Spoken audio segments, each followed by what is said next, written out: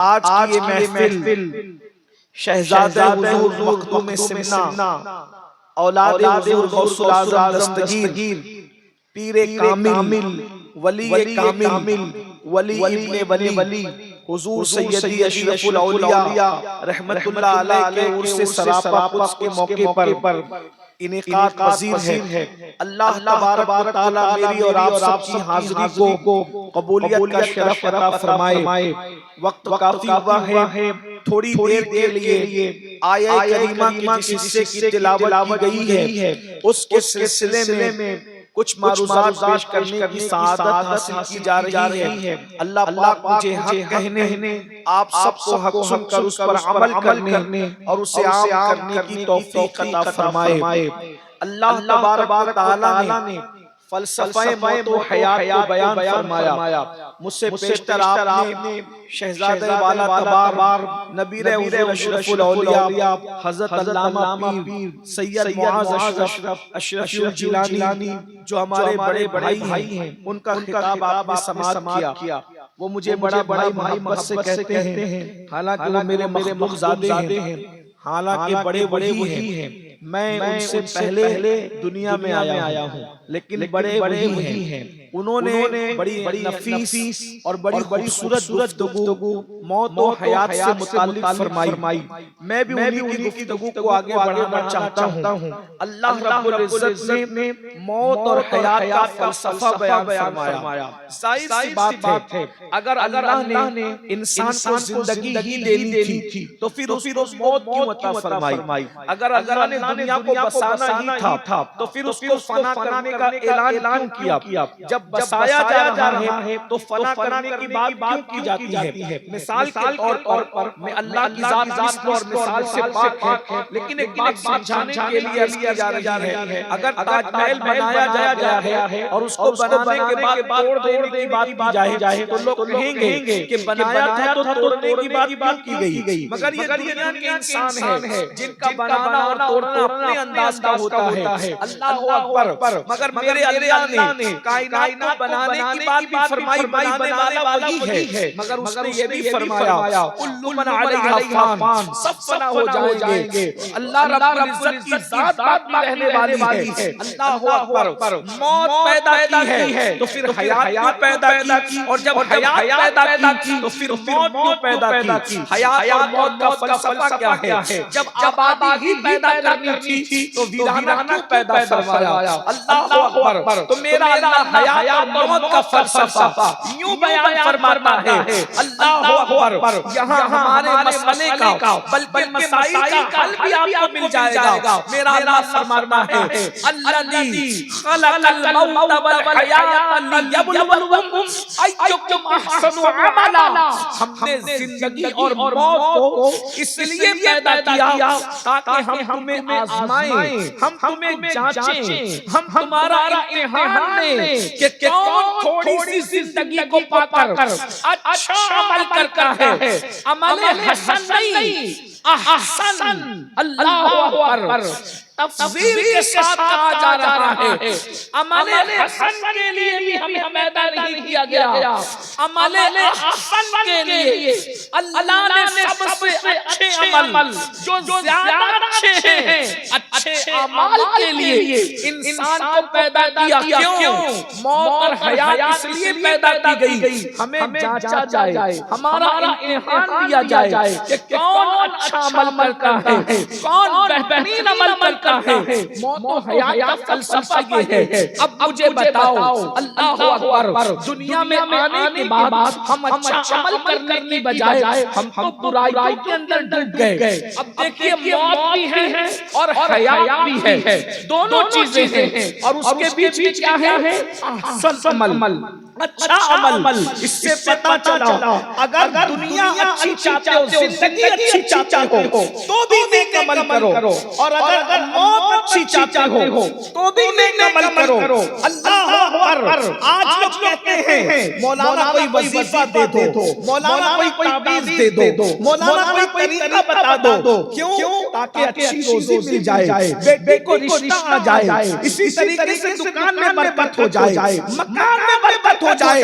ایک بات میں عرض کروں، آپ کے سامنے حضور تاج الاولیاء کی شخصیت جلوہ گر ہے. یہ وہ پیر نہیں ہے جو آپ کو اندھیرے میں تاریکی میں رکھ کر شریعت سے دور کرے اور جہنم کے گڑھے میں ڈھکیل دے. یہ وہ لوگ ہیں اللہ اکبر جس کے خاندان نے 6 صدیوں سے زائد سے قوم کی شریعت اور طریقت میں یکساں رہنمائی فرمائی ہے. ان کی موجودگی میں عرض کر رہا ہوں، سن لو تعویذ سے اچھا رشتہ آئے یا نہ آئے اس کی کوئی گارنٹی نہیں ہے. اگر بیٹیوں کو اچھا رشتہ چاہتے ہو، اچھا عمل کرو، اس کی برکت سے اللہ تمہاری بیٹیوں کو اچھے رشتے عطا فرمائے گا، تمہارے بچوں کو اچھے رشتے عطا فرمائے گا. اور اے نوجوانوں، تم بھی در در کے بھکاری بن کر پھر رہے ہو. 28 سال کی عمر ہو گئی، اچھا رشتہ نہیں آتا. 30 سال کی عمر ہو گئی، اچھا رشتہ نہیں آتا. یاد رکھنا،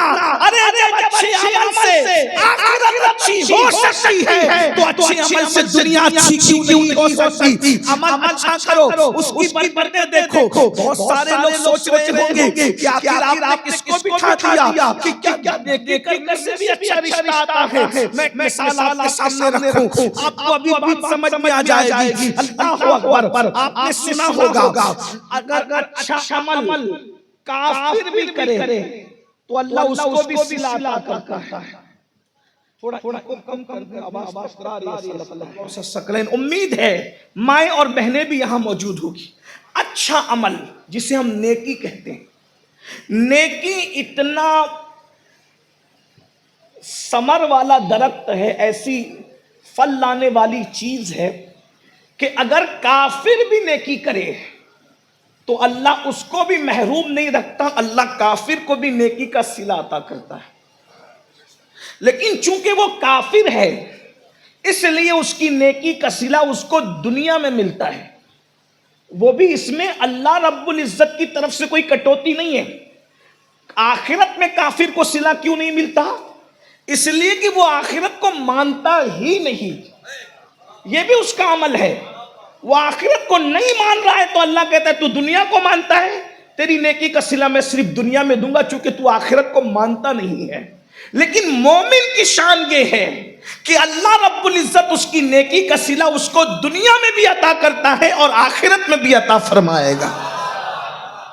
مگر نیکی کتنی بڑی چیز ہے. اللہ کا دشمن اگر نیکی کرے اللہ اس کو بھی صلہ دیتا ہے. جو خدا دشمن کو نیکی کا صلہ عطا کرے وہ خدا اپنے بندوں کو کتنا صلہ عطا کرتا ہو. غور فرمائے، نیکی کی اہمیت کو سمجھو، نیکی کی اہمیت کو سمجھو. نیکی کیا ہے؟ اللہ کے رسول فرماتے ہیں البر لا یبلا والذنب لا ینسا والدیان لا یموت اعمل ما شئت کما تدین تدان. اور کما قال علیہ الصلوۃ والسلام، نیکی کبھی پرانی نہیں ہوتی. نیکی کوئی کرے، نیکی نیکی ہے. نیکی کبھی پرانی نہیں ہوتی. شرابی کرے، کبابی کرے، جھوٹا کرے، مکار کرے، کوئی نیکی کرے، حتیٰ کہ نیکی اگر دکھاوے کے لیے کی جائے تو اللہ اس کا صلہ بھی ضائع نہیں فرماتا. میں بہت ذمہ داری سے کہہ رہا ہوں کیونکہ یہاں شریعت اور طریقت کا سنگم ہے. نیکی اگر دکھاوے کے لیے کی جائے تو اللہ اس کو بھی ضائع نہیں کرتا. مطلب کیا؟ جس نے دکھاوے کے لیے نیکی کی، مطلب پیسہ دیا تاکہ لوگ مجھے سخی کہیں، تو اللہ اس کے اس مقصد کو بھی پورا کر دیتا ہے کہ تو نے سخی کہلانے کے لیے چندہ دیا، پوری دنیا میں تجھے سخی کہلوا دوں گا. تو نے نمازی کہلوانے کے لیے نماز پڑھی، پوری کائنات میں تجھے نمازی کہلوا دوں گا. تو نے مجاہد کہلانے کے لیے اپنے آپ کی جان دے کر کے شہید ہوا، پوری کائنات میں تجھے مجاہد کہلوا دوں گا. تو نے علامہ کہلانے کے لیے تقریر کی، پوری دنیا میں تجھے علامہ کہلا دوں گا. یعنی اگر تو نے جس مقصد کے لیے نیکی کی ہے وہ مقصد تجھے پورا کر دوں گا. لیکن جس نے اللہ کے کے لیے نیکی کی کہ اللہ راضی ہو جائے تو اللہ اس سے راضی بھی ہو جاتا. بات دور نکل رہی ہے. بہت بڑی بات میں نے کہہ دی. شاید میرے جانے کے بعد کچھ پڑیاں بندنا نہ شروع ہو جائے کہ میں نے کیا کہہ دیا. کہ اگر نیکی دکھاوے کے لیے کی جائے تو بھی وہ مقصد پورا ہوتا ہے. تو حوالے کے طور پہ میں ملفوظ اعلیٰ حضرت پڑھ دیتا ہوں آپ کے ساتھ. الفاظ میرے ہوں گے، ملفوظ امام کے ہوں گے. امام کے ملفوظات جو الملفوظ کی شکل میں ہے اس کا مفہوم پڑھ رہا ہوں. اگر نیکی دکھاوے کے لیے بھی کی جائے تو بھی کامیاب ہوتا ہے آدمی، لیکن جس نے جس مقصد کے لیے نیکی کی اس کو وہی ہے. کما تدین و تدان، جیسا کرو گے ویسا پاؤ گے. وہ جو میں نے کہا تھا، حالانکہ اب میرا عنوان یہ نہیں تھا لیکن آ گئی تو پیش کر دوں. اورنگزیب کا ذکر ابھی حاذق صاحب فرما رہے تھے یا غالباً شاہجہاں بھائی فرما رہے تھے. جو بھی، اورنگزیب ایک بادشاہ ہے مغلوں کا. مغل خاندان میں محققین کی تحقیق کے مطابق سب سے بدترین اگر کوئی آدمی ہے تو وہ اکبر ہے، اور مغلیہ خاندان میں سب سے بہترین اگر کوئی انسان ہے تو وہ اورنگزیب ہے. ایک ایسا لبرل بادشاہ گزرا ہے اکھنڈ بھارت میں جس نے ہندو مسلم سکھ عیسائی کی تفریق کے بغیر سب کے ساتھ ایسا سلوک کیا جیسا ایک باپ اپنے بچوں کے ساتھ کرتا ہے. ایک الگ عنوان ہے، لیکن ہم کسی بادشاہ کی صفائی دینے نہیں بیٹھے. لیکن بات آئی تو عرض کروں، بادشاہ اورنگزیب کی عادت تھی کہ کوئی مصیبت آئی، کوئی مہم آئی، کوئی مشکل آئی تو وہ ولی تلاش کرتے تھے. زمین کے اوپر ولی ہوتا اس سے بھی دعا لیتے، اور جو اولیاء زمین کے اندر ہوتے اس سے بھی دعا لیتے. اورنگزیب کی عادت تھی. یعنی اس دور کا بادشاہ بھی خوش عقیدہ تھا، اور اتنا خوش عقیدہ تھا کہ وہ جنگ پہ بعد میں جاتا تھا، پہلے دعا کا سہارا لیتا تھا. اس لیے کہ حدیث پاک ہے الدعاء صلاح المؤمن، دعا مومن کا ہتھیار ہے. آج کل کے نوجوان چھوکرے تو ولیوں کا مذاق اڑاتے ہیں، ان کی قبروں کو مٹی کا ڈھیر کہتے ہیں، اور سب کو شک کی نظر سے دیکھتے ہیں کہ ان کی دعا کیا کام آئے گی. اللہ کے بندو، ولیوں کی دعا فوراً قبول ہوتی ہے. اس کے ثبوت بے شمار موجود ہے، لیکن یہاں وہ عنوان بھی نہیں. اورنگزیب جانتے تھے جہاں ہتھیار کی طاقت کام نہیں آتی وہاں اللہ والوں کی دعا کام آتی ہے. نگاہ مرد مومن سے بدل جاتی ہے تقدیریں، جو ہو ذوق یقی پیدا تو کٹ جاتی ہے زنجیریں. اور اقبال نے کہا تھا نگاہ ولی میں وہ تاثیر دیکھی، بدلتی ہزاروں کی تقدیر دیکھے. اللہ والے کی تلاش رہتی تھی اورنگزیب کو. زمین کے اوپر اللہ والا ہے تو دعا لیتے، زمین کے اندر ہے تو دعا لیتے. یہ ایک الگ عنوان ہے. اورنگزیب کو ایک مہم درپیش تھی، بڑی جنگ پہ جانا تھا. اورنگزیب نے اپنے سپاہیوں سے کہا یار ایک بڑی جنگ پہ جانا ہے، مہم پہ جانا ہے، کوئی ملتا نہیں. وہ وہاں ہو یہ رہا تھا کہ اورنگزیب کا دربار تھا باپ داداؤں کے در سے. مغل بڑے منچلے تھے، سب کی تائید تو حمایت ہم کرتے بھی نہیں ہیں. مغلوں کے یہاں شعراء ہوتے تھے، ادبا ہوتے تھے، ندیم ہوتے تھے، ادیب ہوتے تھے، خطیب ہوتے تھے، شعراء ہوتے تھے، بڑے بڑے فنکار ہوتے تھے، اور انہوں نے سب کو اپنے درباروں میں رکھ رکھا تھا. تو ان کے اورنگزیب کے باپ داداؤں کے دربار میں بہروپیے بھی ہوتے تھے جو روپ بدلتے تھے. تو اورنگزیب جب بادشاہ بن گئے تو ایک بہروپی آیا، کہا کہ آپ کے باپ داداؤں کے دربار میں میرے باپ دادا رہتے تھے، ہم ایسے بہروپی ہیں نا جناب کہ روپ بدل کے آئیں تو کوئی پہچان ہی نہ سکے.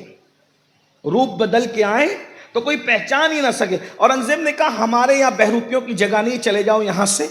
البتہ اتنا ضرور ہے کہ روپ بدل کے آؤ گے تو میں تمہیں پہچان لوں گا، ہر روپ میں تمہیں پہچانوں گا، اور جس روپ میں تمہیں پہچان نہ سکا جو مانگو گے وہ انعام دوں گا، میرا وعدہ ہے.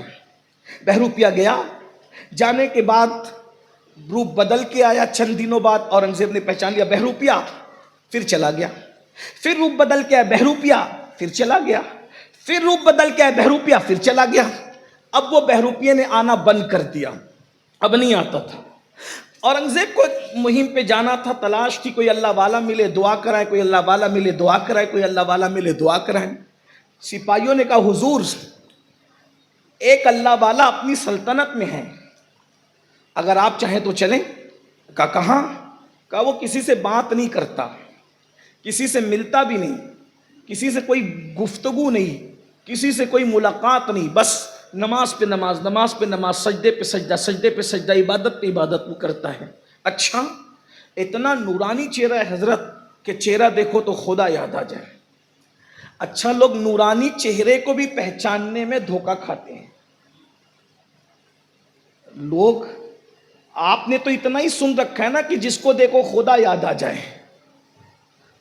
جس کو دیکھو خدا یاد آ جائے۔ آپ کس کو دیکھ کے خدا کو یاد کرتے ہیں یہ تو آج تک مجھے پتہ ہی نہیں چلا۔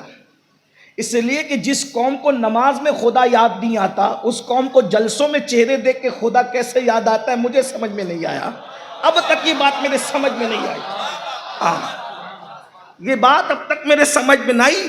20 رکعت تراویح میں خدا یاد نہ آیا، فجر کی 2 رکعت میں خدا یاد نہ آیا، جس قوم کو مسجد میں خدا یاد نہ آیا اس قوم کو جلسے میں خدا کیسے یاد ہے؟ لیکن بہرحال آپ کے اپنے مسائل ہیں، آپ جانیں مجھے جتنی بات کرنی میری اوقات، میں ایک چھوٹا سا طالب علم ہوں، وہ بھی بہت چھوٹا سا، کچھ نہیں سیکھا ہے، صرف بزرگوں کی جوتیاں سیدھی کے، اس لیے میں کوئی بات اپنی اوقات سے بڑھ کے نہیں کہنا چاہتا، مگر اتنا ضرور کہوں گا یہ بھی شعور حاصل کر لو کہ کون سا چہرہ دیکھ کے خدا یاد آتا ہے، خدا کو یاد آنا کس کو کہتے ہیں۔ ہاں، ورنہ بیوٹی پارلروں میں تو پھر بہت سے چہرے سنوارے جا رہے ہیں۔ بیوٹی پارلروں کے سجائے ہوئے چہرے دیکھ کر خدا یاد کرنے والوں، یہ بھی شعور حاصل کرو کہ خدا یاد کرنا کسے کہتے ہیں۔ ارے بیوٹی پارلر کے 2-4 گھنٹے کے کریم جسموں پر لگا کر آ کر کے اگر کوئی متاثر کرتا ہے تو وہ لٹیرا تمہارے ایمان کو لوٹ لے گا۔ خدا یاد آنے کا مطلب یہ ہے کہ اللہ کی خشیت سے دل اتنا چمکدار ہے کہ اس کا چہرہ دیکھ کر کے تمہیں آخرت کی یاد تازہ ہو جاتی ہے، آنکھیں ٹھنڈی ہو جاتی ہے، دلوں کو سکون مل جاتا ہے۔ اگر ایسا چہرہ زمین میں نہیں ہے تو اس محلے کے اور اس گاؤں کے اور اس شہر کے لوگوں کو میں 28 سال پہلے پیچھے لے جا کر یہ کہہ سکتا ہوں کہ اشرف الاولیاء کا چہرہ دیکھا ہے۔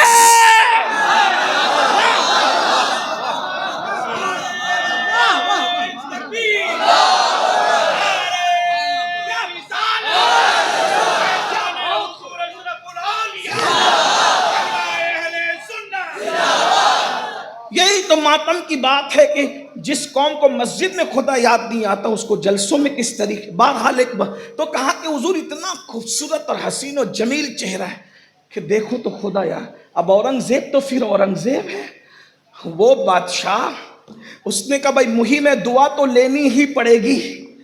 بہت تحفے تحائف لے کر کے گئے اور دیکھا تو نماز پہ نماز، نماز پہ نماز، سجدے پہ سجدہ، سے عبادت پہ عبادت، بیچارہ بڑے بھولے بھالے چہرے میں، اور امامہ خوبصورت اور عبا قبا سب بالکل قاعدے کی تراشی خراشی داڑھی۔ دور سے اورنگزیب نے جوتے اتار دیے۔ توجہ آپ کی، توجہ تو آپ کی ہے، بہت خوبصورت توجہ ہے، لیکن غور کریں، سننے سے زیادہ سمجھنے کی بات ہے۔ بہت دور سے اورنگزیب نے جوتیاں اتار دی، گھٹنے ٹیک دیے اور مشاہدہ کرتے رہے، سجدے پہ سجدہ، رکوع پہ رکوع، عبادت پہ عبادت، عبادت پہ عبادت، عبادت پہ عبادت۔ بالآخر بادشاہ نے گھٹنے ٹیک کے ہاتھ جوڑ کے کہا اللہ والے، جس اللہ کے لیے عبادت کر رہے ہو اس کے لیے 2 جملے ہم سے بات کر لو۔ اس نے آنکھوں میں مصنوعی غصہ اور جلال لا کر کہا کیا بات ہے بول۔ تو ہاتھ جوڑ کے کہا بہت بڑی مہم پہ جانا ہے، اور اورنگزیب کی عادت ہے جب اورنگزیب کسی مہم پہ جاتا ہے تو اپنی طاقت پہ بھروسہ کرنے کی بجائے اللہ والوں کی دعاؤں پر اس کو اعتماد ہے، ہاتھ اٹھا کے دعا کر دے کہ اللہ مجھے کامیاب کر دے۔ اس نے ہاتھ اٹھا کر دعا کرنے کی بجائے امامہ سر سے اتارا، اور امامہ سر سے اتار کے کہا پہچانا، پہچانا۔ اورنگزیب کی آنکھوں میں خون اتر آیا، اب پہچانا۔ میں نے کہا تھا نا میں تجھے دھوکہ دوں گا اور تو مجھے نہیں پہچانے گا، میں وہ بہروپیہ ہوں. کہاں، لیکن میں تجھے ہر روپ میں پہچان سکتا تھا. مذہب کے روپ میں بھی کوئی دھوکہ دے گا یہ اورنگزیب کو کبھی خیال بھی نہیں گزرا تھا. میں اب تو پہچان گیا تجھے، لیکن مجھے یہ خیال نہیں تھا کہ یہ لباس، نماز کے لباس میں، مذہب کے لباس میں، مسلک کے لباس میں، مشرق کے لباس میں، اہل اللہ کے لباس میں بھی کوئی دھوکے باز ہو سکتا ہے بہروپی. مجھے یہ تصور بھی نہیں گزرا تھا، کیونکہ ہم یہ کبھی تصور کر بھی نہیں سکتے تھے. لیکن چونکہ میں نے وعدہ کیا تھا کہ اگر تو مجھے دھوکہ دے لے گا، جو مانگے گا تجھے دیں گے. مانگ کیا مانگتا ہے؟ مانگ لے کیا مانگتا ہے؟ اس کی آنکھوں میں آنسو تھے. کہ اورنگزیب اب کچھ نہیں مانگتا، اورنگزیب اب کچھ نہیں مانگتا. کہ کیوں؟ اسی مانگنے کے لیے تو اتنے جتن کیے تھے نا، اب کیوں کچھ نہیں مانگتا؟ کہ مجھے خود آج پتا چل گیا، جب تجھے دھوکہ دینے کے لیے میں نے نماز پڑھی، جب میں نے تجھے، بھئی یہی تو تھا نا کہ میں تجھے دھوکہ دے لوں گا، جب میں نے تجھے دھوکہ دینے کے لیے نیک عمل کیا تو اس کا صلہ میں دیکھ رہا ہوں کہ اکھنڈ بھارت کا بادشاہ گھٹنے ٹیک کر میرے سامنے ہاتھ جوڑ کر کے کھڑا ہے. یہ دکھاوے کے عمل کا نتیجہ ہے. ارے جب میں نے دکھاوے کے لیے عمل کیا تو اکھنڈ بھارت کا بادشاہ ہاتھ جوڑ کے گھٹنے ٹیک کر میرے قدموں میں آ گیا. اگر میں نے عمل اللہ کو راضی کرنے کے لیے کیا ہوتا تو اللہ مجھے کیا عطا فرما.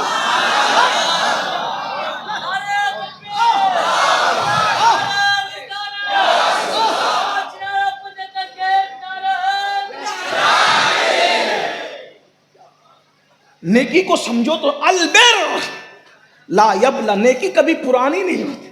میرے بھائی بہروپیہ نیکی کرے تو بادشاہ قدموں میں آتا ہے. اگر انسان اللہ کے لیے نیکی کرے تو نیکی پھر کہاں پہنچاتی ہے؟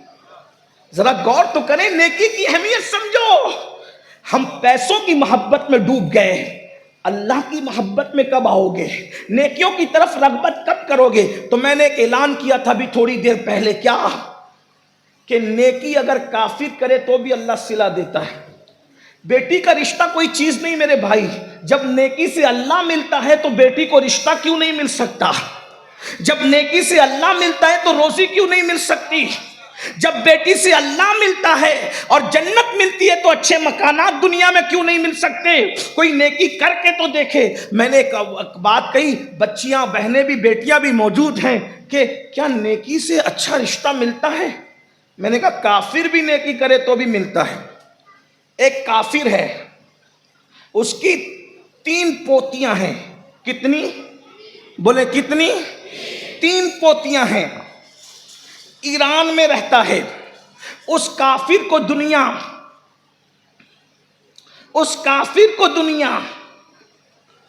کس نام سے جانتی ہے؟ اللہ اکبر، نوشیروان کے نام سے. ایران کا بادشاہ ہے، نوشیروان ہے، اور دنیا اس کو عادل کہتی ہے، لیکن احتیاطاً ہم چپ رہتے ہیں.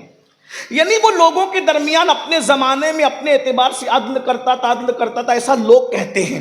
توجہ کریں، غور کیجئے. کافر تھا، عدل کرتا تھا، ایسا لوگ کہتے ہیں.